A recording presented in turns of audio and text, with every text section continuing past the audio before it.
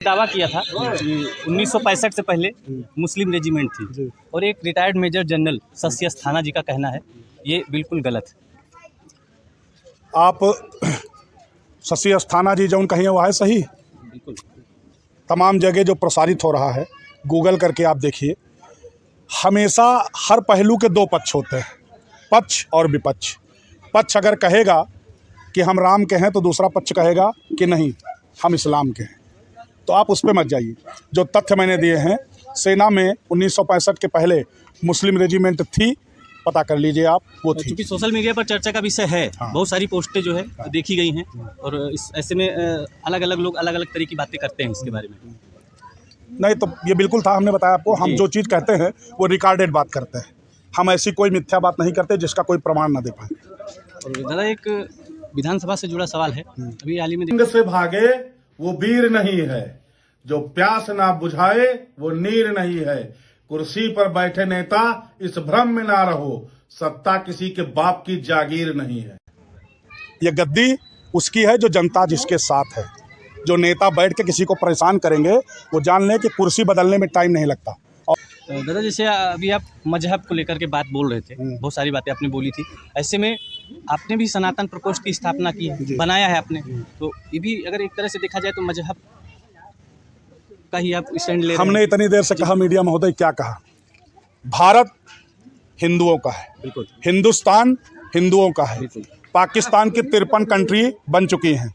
जिसको इस्लाम से प्रेम दिखाना है वो वहाँ जा सकता है, पाकिस्तान जा सकता है, बांग्लादेश जा सकता है। एक देश हिंदुओं का है। इसको पूर्ण हिंदू राष्ट्र बनाने का संकल्प करड़ी सेना और तमाम हिंदू संगठन ले रहे हैं। और हम यहाँ तक कहते हैं कि जिसको इस्लाम से प्रेम है, बाकी देश इस्लामिक है, वहाँ जा सकता है। करड़ी सेना किराया भाड़ा उनका व्यवस्था कर देगी, उनका टिकट भी करवा देगी, वो वहाँ जाके देखें हिंदुस्तान कितना खूबसूरत देश है, इसकी भी जानकारी वहाँ मिल जाएगी। वहाँ यहाँ के मुसलमान जब वहाँ जाते हैं तो उनको काफिर कहा जाता है। काफिर कहा जाता है। मुसलमानों का नमक इस देश का खा रहे हैं, ठीक, पल इस देश में रहे हो, ये देश तुमको प्यार दे रहा है। गद्दार मत बनो, वरना हिंदू जिस दिन तलवार उठा लेगा तुमको छिपने की भी जगह नहीं मिलेगी।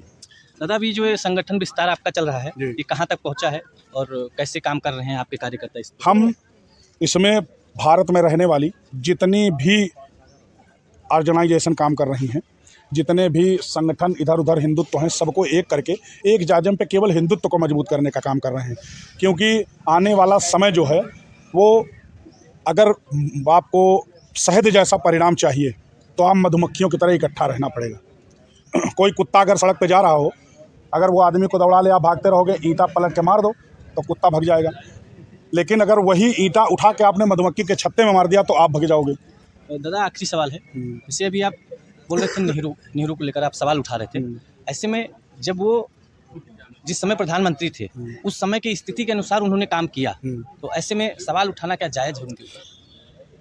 ये आपका सवाल हो सकता है। मेरी नज़र में न नेहरू जी की कोई इज्जत है, न भैया राष्ट्रपिता गांधी जी की कोई इज्जत है। मैं नहीं करता। देश की जो असली स्थिति है आज, इसका अगर असली जिम्मेदार कोई है तो कांग्रेस और कांग्रेस के संस्थापक नेहरू जी और गांधी जी। आप बताइए हमको, केवल एक सवाल का जवाब दे दीजिए।